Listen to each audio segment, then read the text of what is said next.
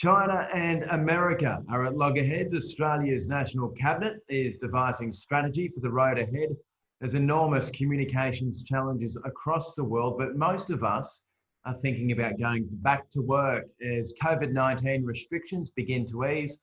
Peter Wilkinson, how can organisations future-proof their communications and strategies as we enter this next phase?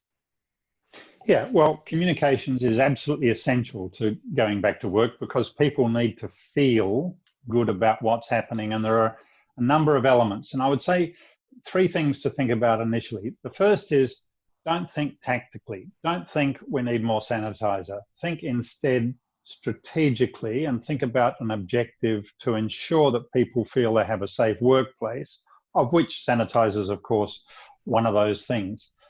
The second thing is where you've got a level of anxiety and with high unemployment and the risk of disease, there is a huge opportunity for change. Change, an essential element of change creation or change management is the need to change. So the element of fear or anxiety. And so people can work with that, not just the bosses, but the staff as well. The third thing I'd say is ideas are gold, and there's a huge opportunity here to come up with some really novel ideas. And again, not just the bosses, but bosses love staff who have good ideas. And so don't be scared about coming up with a novel idea. So those are the three things that I'd start off suggesting. I want to expand on that first point you raised, and you raise this quite often, is thinking strategically, not just tactically, and that will be crucial for companies to keep their teams working happily and productively.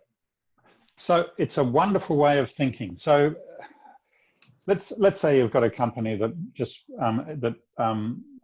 where the boss thinks, oh, good proportion of my staff are a bit lazy, and it hasn't really worked.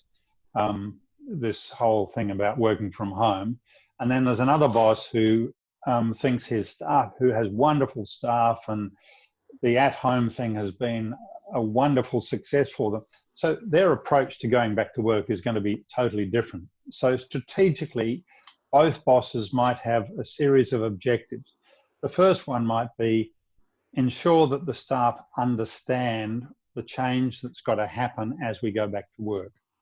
The second, as I said earlier, is ensure there's a safe workplace. The third might be ensure that people, when they come back to work, feel welcomed. And so there's a mental health element to that. There's a physical health element to that. There's a morale element to that. There's making sure individuals' particular accommodations at home, kids, pets, family, etc., is accommodated, which may mean tactically that people are working a little bit at home and a little bit in the office.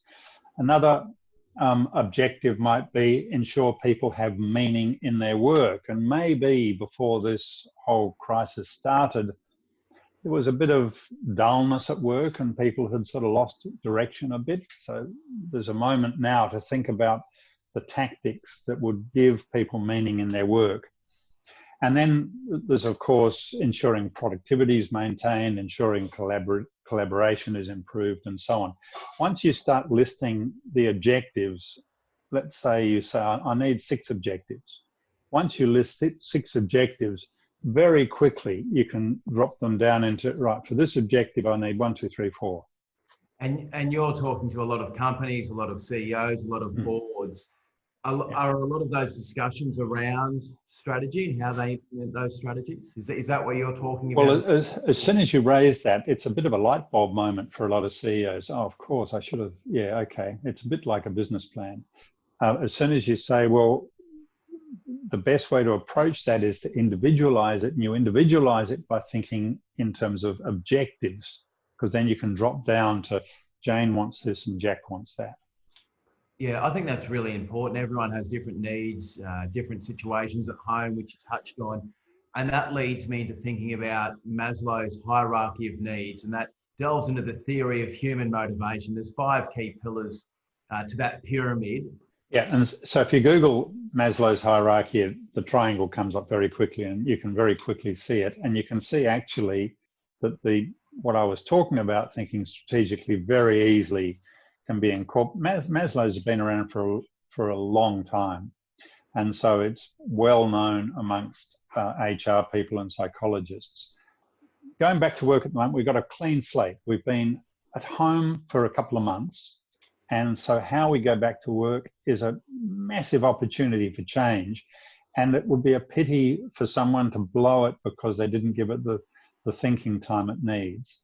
Some of the businesses that I've been talking with have discovered that they don't need all of the bricks and mortar that they have. They don't need as many offices as they do, and they are looking to change, and they are looking for people to continue working from home. Have you found that with the people that you've been speaking with? Yeah, my suspicion is we will go back very much to the way things were before. The reason we were doing the way things we were doing before was because it worked. Mm. I think CEOs listening to this, or leaders will, team leaders will appreciate the importance of a work culture. And it's, while we've, many offices like ours have really worked on having a strong culture while we've been away from home, there's nothing like a work culture where you've got a socially friendly kitchen area. You can go down to the pub after work. You can be friendly in the morning, but when you start work, getting in just a few minutes before and chatting. As you know, I mean, the classic is work relationships. Mm. You can't have a work relationship on Zoom. Well, not an intimate relationship anyway. And for many of us, we've started our married life by meeting somebody at work or after work. Absolutely. And you mentioned Friday afternoon drinks at the pub. Many of us very much looking forward to that again, and I look forward to seeing you back in the office with the rest of our team. I hope everyone got a little bit out of that. And until next week, I'll see you on Zoom again next week, Peter.